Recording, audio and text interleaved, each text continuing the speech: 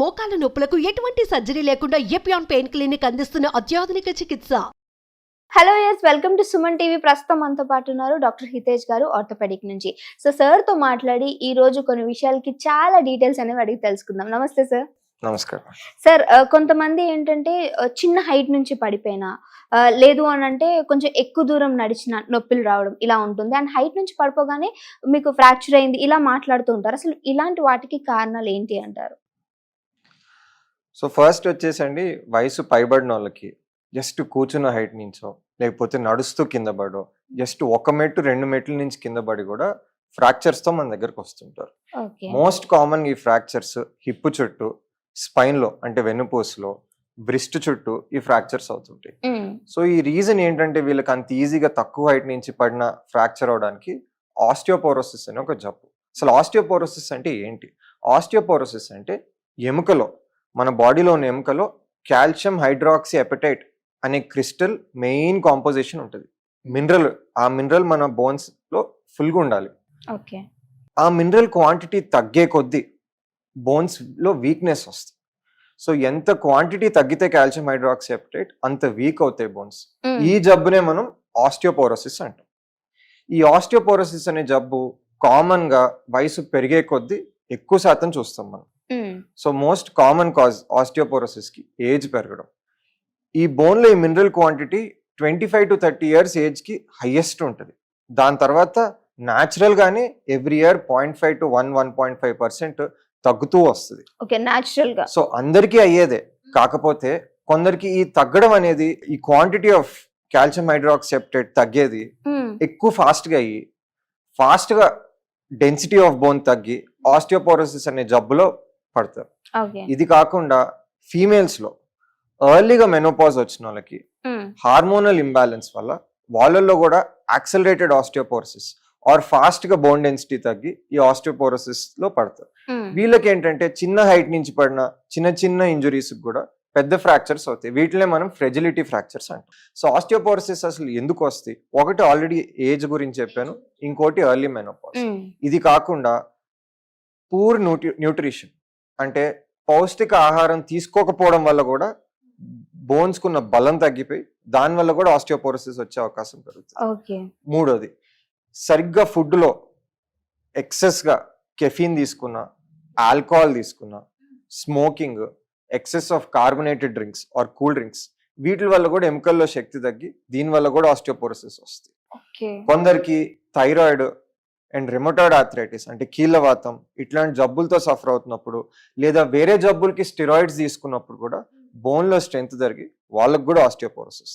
And final గా చాలా sedentary life style, ఏమి ఎక్సర్సైజెస్ చేయకుండా, ఏమి స్ట్రెంగ్త్ ట్రైనింగ్ చేయకుండా, routine casual life style or bed ridden patients కి ఈ ఆస్టియోపోరోసిస్ అనేది ఇంకా ఫాస్ట్ గా వస్తుంది. సో వీళ్ళకి మనం ఎట్లా ప్రివెంట్ చేయాలి ఆస్టియోపోరోసిస్? ఫస్ట్ పౌష్టిక ఆహారం తీసుకోవడం, ఫుడ్ త్రూ.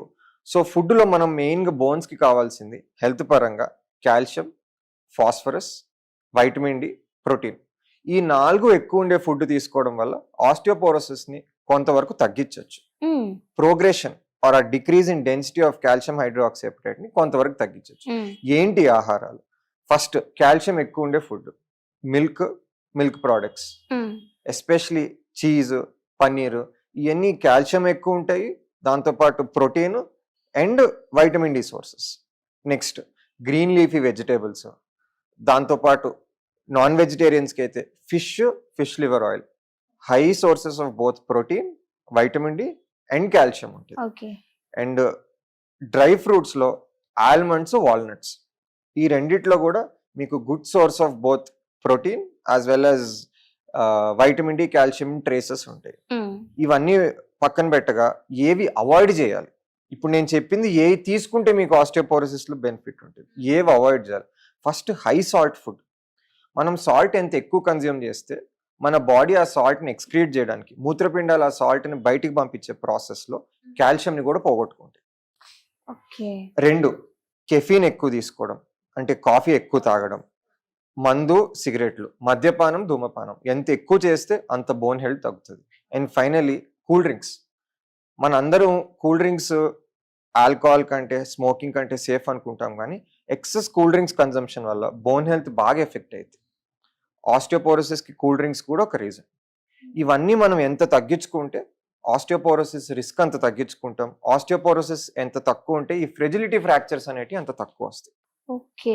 సో అంటే సార్ బోన్ హెల్త్ కి కూల్ డ్రింక్స్ అనేది చాలా డేంజరస్ అని చెప్పుకోవచ్చు. అవునండి, కూల్ డ్రింక్స్ రిలేటెడ్ దాని ప్రిజర్వేటివ్స్, దాని కాంపోజిషన్ లో ఫాస్ఫరిక్ యాసిడ్ ఏదైతే ప్రొడ్యూస్ అవుతుందో బాడీలో ఏదైతే ఉంటుందో దానివల్ల బోన్స్ లో ఉన్న కాల్షియం తగ్గిస్తుంది. అందుకని కూల్ డ్రింక్స్ అవాయిడ్ చేయాలి.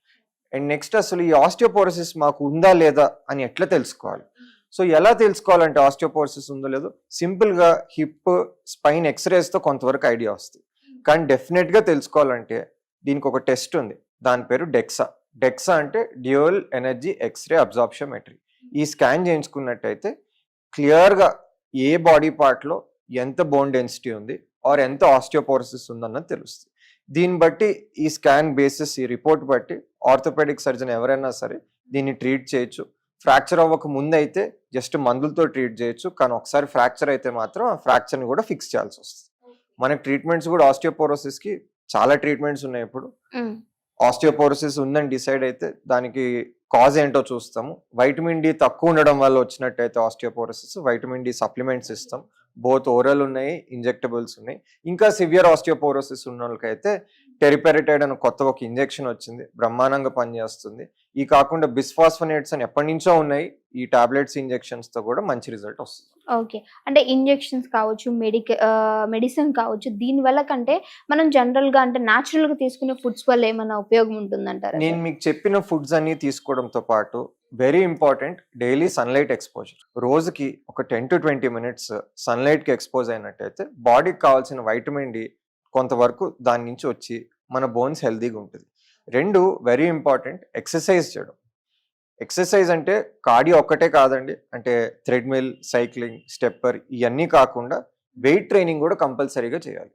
వెయిట్ ట్రైనింగ్ అంటే వెయిట్స్ వాడుతూ రెసిస్టెన్స్ ట్రైనింగ్, అంటే వెయిట్స్ వాడుతూ డిఫరెంట్ బాడీ పార్ట్స్ని ట్రైన్ చేయడం. దీంతో మజిల్ గ్రోత్ ఒక్కటే కాదు, బోన్స్ కూడా స్ట్రెంథెన్ అవుతాయి. ఆస్టియోపోరోసిస్ ప్రివెన్షన్కి most important is weight training or strengthening exercises. ఏ వయసులో వాళ్ళకన్నా 20 years తర్వాత నుంచి all the way till the end of your life, ఆఖరి రోజు దాకా స్ట్రెంత్ ట్రైనింగ్ చేసిన వాళ్ళకి మాక్సిమం బోన్ హెల్త్ ఉండి మజిల్ మాస్ మెయింటైన్ అయ్యి ఆస్టియోపోరోసిస్ రిస్క్ బాగా తగ్గి ఈ ఫ్రెజిలిటీ ఫ్రాక్చర్స్ అనేటివి బాగా తగ్గించుకోవచ్చు. ఓకే. సో అంటే కొంతమంది ఏంటంటే బాగా ఒబేస్ గా ఉంటారు కదా సార్, ఇలాంటి వాళ్ళు ఎక్సర్సైజ్ ఇవన్నీ చేయటం వల్ల వాళ్ళకి అంటే బ్యాలెన్స్ అనేది తప్పే అవకాశం ఉందంటారా బోన్స్ విషయంలో? ఇప్పుడు ఆల్రెడీ వెయిట్ ఎక్కువ ఉండి వాళ్ళకి బోన్స్ ఆల్రెడీ వీక్ ఉన్నాయి, ఆస్టియోపోరోసిస్ వచ్చింది. ఇప్పుడు మేము ఎక్సర్సైజెస్ చేస్తే మాకు పడే అవకాశం పెరిగింది, ఫ్రాక్చర్లు అయ్యే అవకాశం ఉందనుకున్న వాళ్ళకి బెస్ట్ ఎక్సర్సైజ్ స్విమ్మింగ్. స్విమ్మింగ్ లో మీకు ఏ జాయింట్ మీద ఏ ఎముక మీద ఎక్సెస్ స్ట్రెస్ పడదు. అండ్ స్విమ్మింగ్ లో కింద పడి ఇరగొట్టుకునే అనే సమస్య ఉండదు, వాటర్ లో ఉంటారు కాబట్టి. స్విమ్మింగ్ చేయడం వల్ల మీకు మాక్సిమం బెనిఫిట్ అంటే ఎట్లా, వెయిట్ తగ్గుతారు, బాడీకి ఎక్సర్సైజ్ అయ్యిద్ది, మజిల్స్ కండిషనింగ్ అవుతాయి, అండ్ ఏ జాయింట్ స్ట్రెస్ అవ్వకుండా ఉంటుంది. So swimming is the best exercise. కాదు మేము స్విమ్మింగ్ చేయము అనుకున్న వాళ్ళకి వాకింగ్, సైక్లింగ్, జాగింగ్ ఈ 3 చేయొచ్చు ఓకే. వెయిట్ తగ్గడానికి. ఒకసారి కొంతవరకు వెయిట్ తగ్గిన తర్వాత స్ట్రెంత్ ట్రైనింగ్ స్టార్ట్ చేసి ఈ రెసిస్టెన్స్ ట్రైనింగ్ అంటే బాడీ వెయిట్స్ వాడుతూ మజిల్స్ ని ఎక్సర్సైజ్ చేయడం కంపల్సరీ చేయాలి. ఓకే.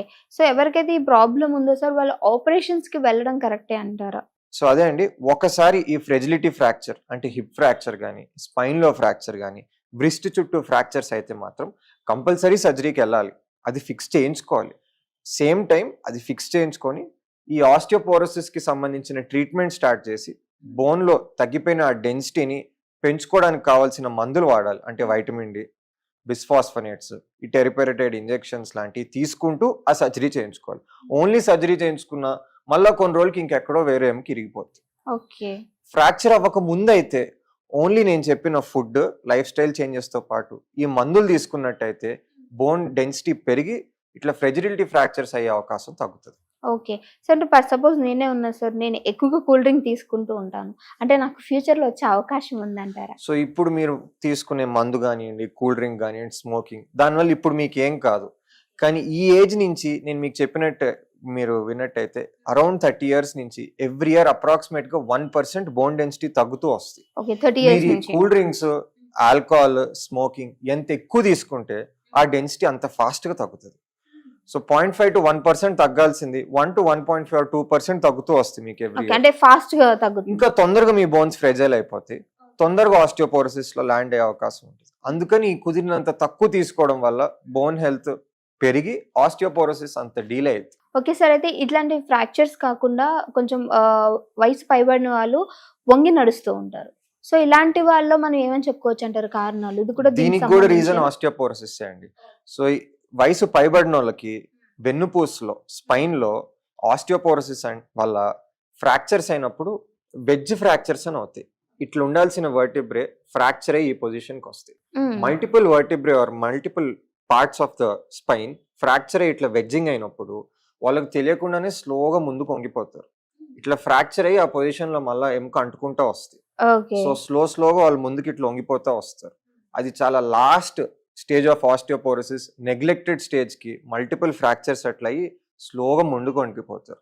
మనం అనుకున్న డిస్కస్ చేసిన జాగ్రత్తలు ముందు నుంచే తీసుకుంటే ఫస్ట్ టైం ఎప్పుడన్నా అట్లా నొప్పి రాగానే స్పైన్ లో ట్రీట్మెంట్ తీసుకున్నట్టయితే అట్లా వంగిపోవడం అన్నది చాలా వరకు ప్రివెంట్ చేయొచ్చు అంటారు. ఓకే సార్, చాలా చక్కటి ఇన్ఫర్మేషన్ అందించారు. Thank you.